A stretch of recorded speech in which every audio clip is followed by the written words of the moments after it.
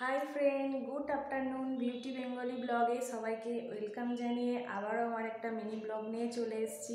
তো সেই last video দিদুর বাড়িতে করেছিলাম, মামার বাড়িতে আর করা হয়নি। তো এই কদিন শরীরটাও একদম দিদুর বাড়ি থেকেই খারাপ ছিল, ওই জন্য আর ভিডিও করা হয়নি। তো কালকে বাড়ি এসেছি, তোমাদের একটা ছোট্ট ভিডিও দিয়েছিলাম যে কাল বাড়ি চলে এসেছি।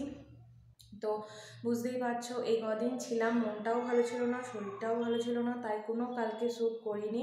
তো দিদি এসেছিলো, কালকে সারাদিন ছিল, সন্ধ্যেবেলায় ছিল চলে গেল। ভাবলাম যে ভিডিও করবো, তো আর করতে পারলাম না। তো আজকে এতক্ষণে একটু ফ্রি হলাম, সমস্ত কাজকর্ম সেরে রান্না সেরে সব কিছুই তোমাদের সাথে শেয়ার করব। সব করা হয়ে গেছে, কি কি করলাম না করলাম সবটাই দেখায়। তো প্রথমেই স্নান করে ঠাকুর ঘরে চলে এলাম, এতক্ষণে স্নান হলো, সমস্ত কাজকর্ম সেরে রান্না সেরে, কারণ বুঝতেই পারছো 10-12 দিনের ট্যুর। 2 দিন বাবার বাড়িতে ছিলাম, 10 দিন 9 দিন মতো দিদুর বাড়িতে ছিলাম। তো যাই হোক, ও তো তোমাদের দাদা ভাই তো সকালেই ডিউটি চলে যায়, সন্ধ্যেবেলায় আসে, ও তো আর অত পারে না আমাদের মতো। তো সবটাই আজকে সব কিছুই করলাম, তো সবটাই তোমাদেরকে দেখাচ্ছি। তো চলো দেখো, প্রথমেই ঠাকুর ও পুজো করে দিয়ে গিয়েছিল সকালে। এই যে ভিরিঙ্গি কালীবাড়ি গেছিলাম দুর্গাপুরে, এই যে মা ভিরিঙ্গির ছবি নিয়ে এসেছি। তো ঠাকুরগুলোকে একটু স্নান করে ভালো করে মুছে টুছে দিলাম, কাল থেকে ভালো করে পুজো টুজো দেবো।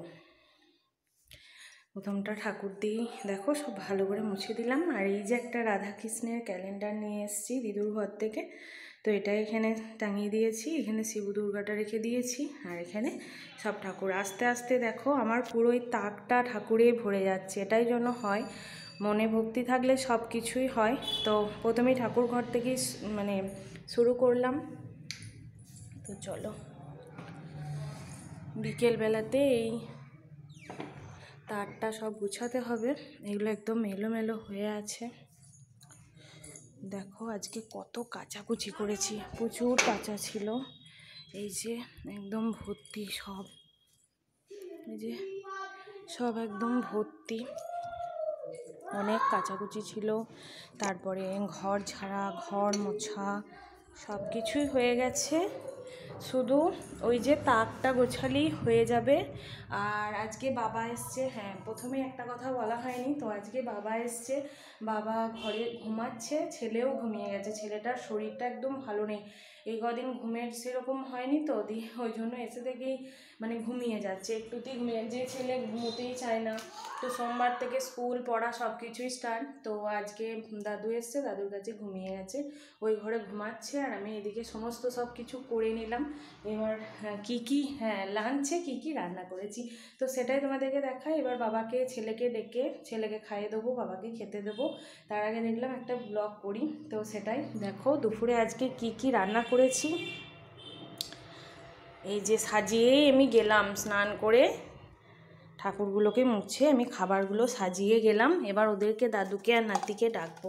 তো দেখতেই পাচ্ছো আজকে অনেক কিছু রান্না করেছি, অনেক দিন যেহেতু রান্না করিনি, মায়ের হাতে রান্না খাচ্ছিলাম। তো প্রথমেই দেখো ভাত গরম গরম, এখানে মাশরুম ভাজা করেছি পেঁয়াজ আর টমেটো দিয়ে, এটা কুমড়ো শাকের চচ্চড়ি করেছি, বেগুন আলু ডিম দিয়ে ঝোল করেছি, চিকেন কষা করেছি, আর আছে কামরাঙার চাটনি শেষ পাতে। তো দুপুরে লাঞ্চের এটাই মেনু। ভালো লাগলে বলো। এই রান্নাগুলো সব আস্তে আস্তে করলাম। তারপরে চলো বাবাকে ডাকি, দিয়ে খাবারটা নিয়ে যাই। ওরা ঘুমাচ্ছে, তো আস্তে আস্তে সব কিছুই কাজকর্ম করলাম, তাই এত দেরি হয়ে গেল। তারপরে এদিকে গ্যাস মোছা, বাসন মাজা সব কিছুই কমপ্লিট হয়ে গেছে। এবার ছেলেকে ডাকবো।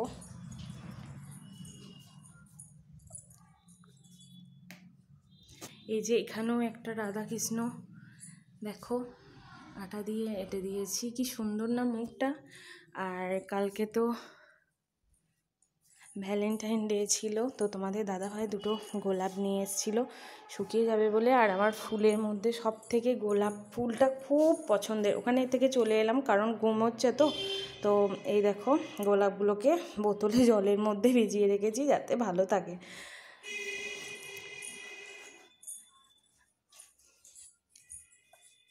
এখনও মানে জামা কাপড়ে একদম যাচ্ছে তাই অবস্থা, সব গুছাবো। এসে এই যে সমস্তটা যতটা পারলাম গুছালাম, মুছলাম সব কিছু। তো সবটাই তোমাদের সাথে শেয়ার করলাম। ভালো লাগলে ভিডিওটা লাইক কমেন্ট শেয়ার আর চ্যানেলটা অবশ্যই সাবস্ক্রাইব করে দিও, আমার পাশে থেকে।